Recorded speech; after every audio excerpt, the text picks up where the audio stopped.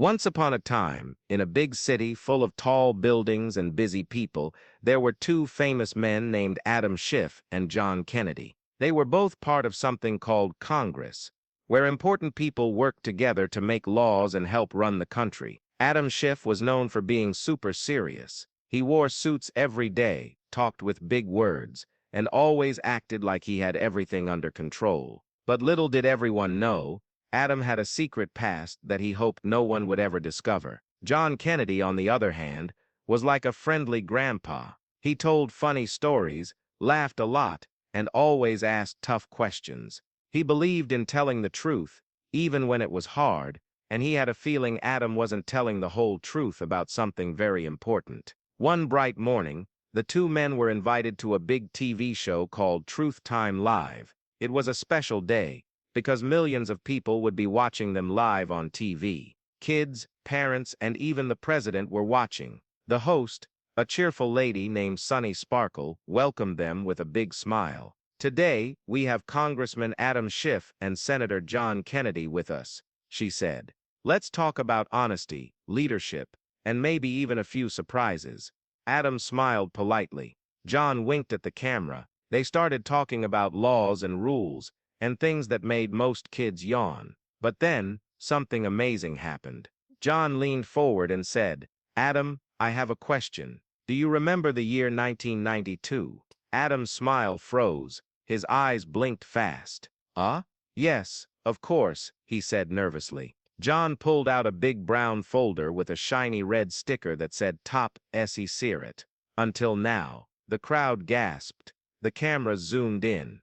John said gently, "Back in 1992, you were part of a group called the Pudding Plan, weren't you?" Adam turned pale like a ghost. The Pudding Plan." Adam stammered. "Yes," John said.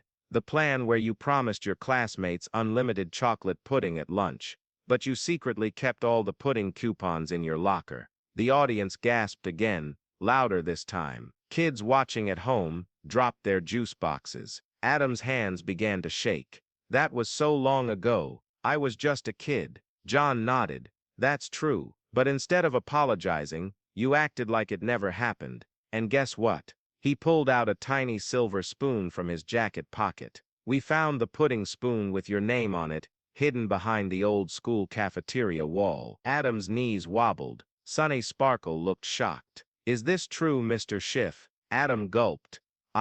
I didn't mean to hurt anyone. I just really loved chocolate pudding." And then, something very dramatic happened.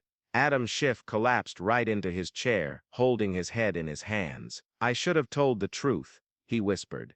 "I should have given everyone their pudding." Sunny Sparkle turned to the camera. "Well, folks, you saw it here first. The truth always comes out, even if it takes 30 years and a pudding spoon to do it." John Kennedy stood up, put a hand on Adam's shoulder, and said kindly, "It's never too late to say you're sorry and make things right."